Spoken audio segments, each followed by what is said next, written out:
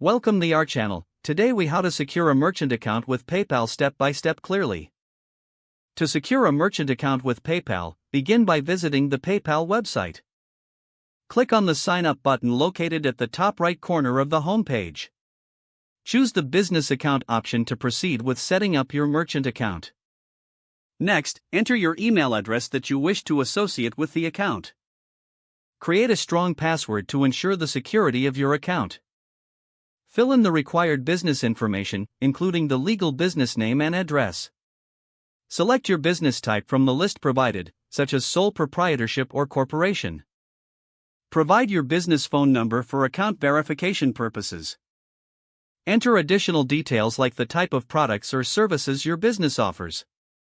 You may be prompted to provide your tax identification number or social security number. After filling in all required fields, review the terms and conditions. Check the box to agree to the PayPal user agreement and privacy policy. Click on the Agree and Create Account button to submit your information. Once you've created your account, link a bank account for transaction purposes. To do this, navigate to the Wallet section on your dashboard. Select Link a bank account and enter the required bank information. Confirm your bank account by following the verification process PayPal provides. Next, consider setting up your PayPal payment preferences. Choose if you want to accept payments through PayPal, credit cards, or both. Customize your invoicing options if you plan to send invoices to clients. Set up your shipping options, including rates and delivery methods, if applicable. Once everything is configured, review your account settings for accuracy.